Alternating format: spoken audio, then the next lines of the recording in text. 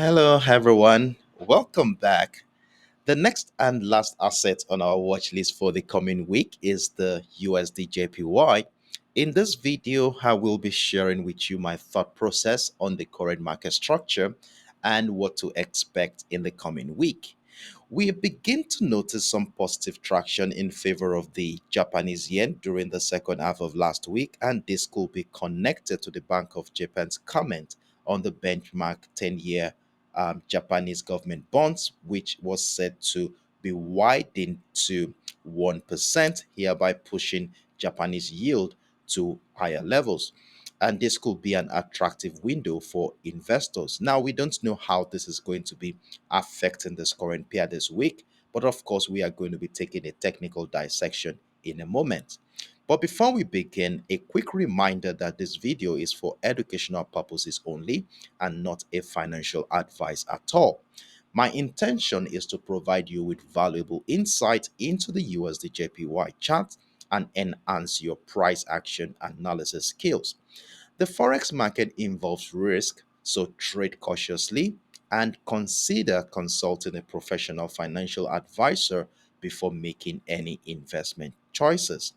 As always, our analytical approach will focus on using powerful parameters, very simple, of course, the use of trend lines, key levels, and chart patterns to uncover valuable insight into the historical price movement of the USDJPY.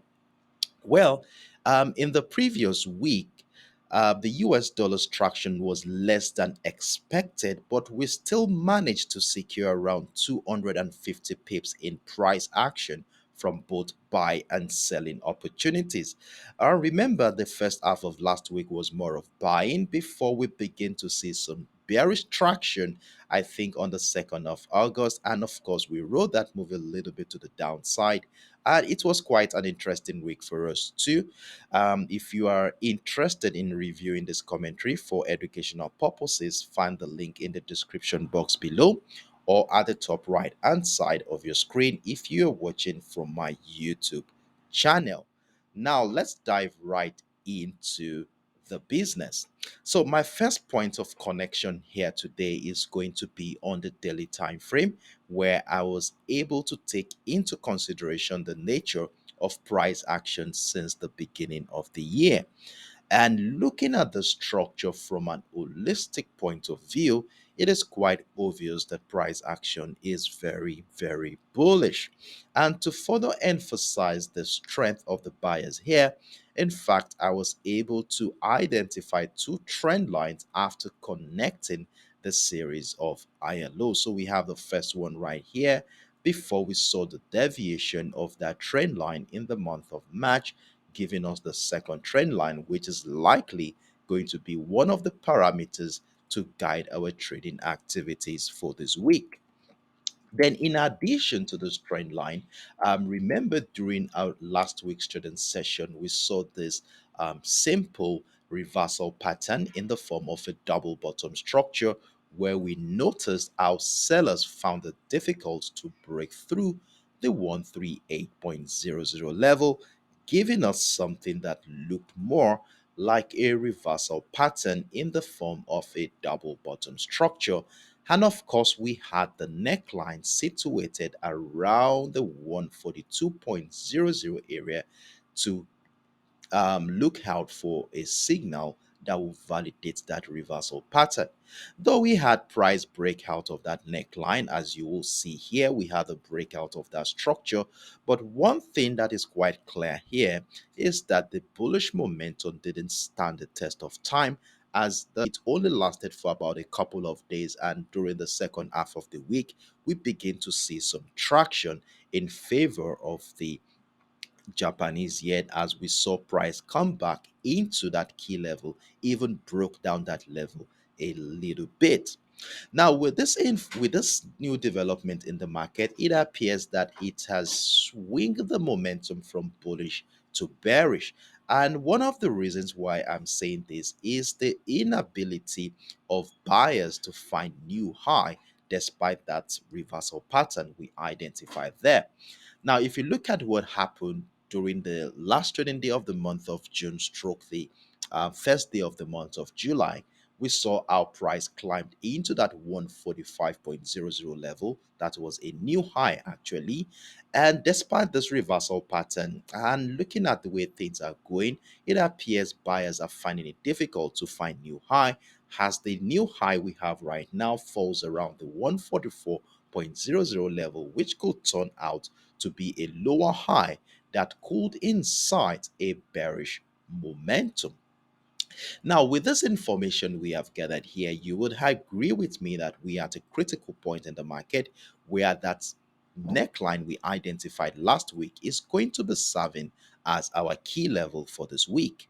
If you had been with us in this community, you by now you would know how we use our key level to guide our trading activity. So if price remains above our key level, we want to be looking out for patterns and structures that will support the idea of buying, and if price drops below our key level, we want to be looking out for patterns and structures that will support the idea of selling. First of all, let's see the potential sellers have here. Now, looking at the structure here, a breakdown retest will welcome selling opportunities, and how far that bearish momentum will be depends on the economic event for next week. So we might likely see price come into either of this trend line before another wave of bullish momentum happen, or even break down the structure to incite for the sell-off in the market. But if we do have a breakout of that ascending descending trend line, we could probably see an uptrend continuation, given validating that reversal pattern we identified earlier. But I want to show you something on the lower time frame. But before I do, let's run through the economic calendar to see what major events that we shall be looking out for from both of these economies this week, as it gives us fundamental factors which often manifest on the chart in technical patterns and, of course, price movement. And by monitoring the economic calendar, we can identify potential correlations between key economic releases and, of course, specific technical patterns. So, on the economic calendar for this week, we have series of high impact event coming in from the United States economic docket only. And the first one we look forward to is on Thursday, August 10, which is the Consumer Price Index, which, of course, is a measure of inflation and impacting the purchasing power of consumers and influencing market expectations about central banks' policies and interest rates.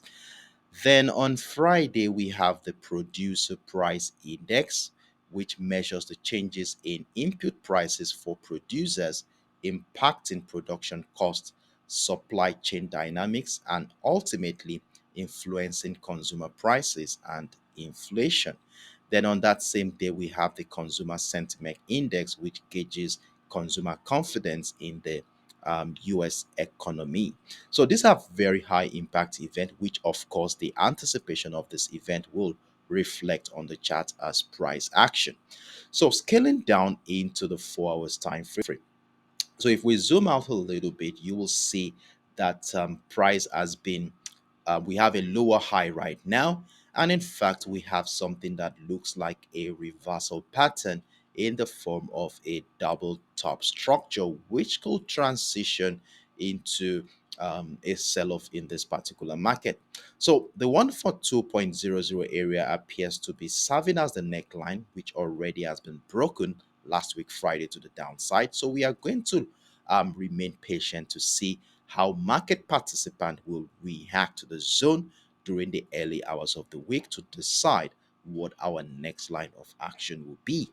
So if we see price stay below the 142.00 level with continued selling pressure, then we have no choice than to join a bearish move. So we could be aiming at a minimum of about 250 pips around that ascending trend line, or 450 pips if price action comes into that demand zone at the 138.00 area.